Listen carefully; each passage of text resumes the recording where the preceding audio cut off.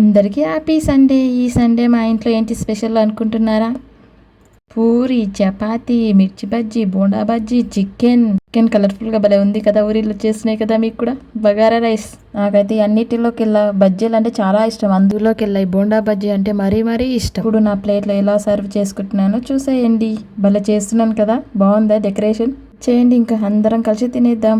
నువ్వు చూసి భయపడకండి. యాక్చువల్గా స్నానం చేసి తిందాం అనుకున్నా. ఇవన్నీ చేసిన తర్వాత చూస్తే ఆ కడుపు అవ్వకున్నా నోరు మాత్రం మూకుండా లేదు. ఆ నోరు నాకు చెప్పేస్తుంది తిను తిను తొందరగా తిను అని. అందుకని గబగబా అన్ని పెట్టేసుకొని తినేస్తున్నా. ఇంకా తినండి, మీకే ఫస్ట్ ముద్ద. ఎలాగో తినిపించండి, నేనైనా తినిపిస్తాను, తినేసేయండి. వీటన్నిటిలో ఏది టేస్ట్ బాగుందంటే చికెన్ బగారా రైస్. అని ఎలా కుమ్మేస్తున్నానో చూసేయండి. కానీ దిష్టి పెట్టకండి.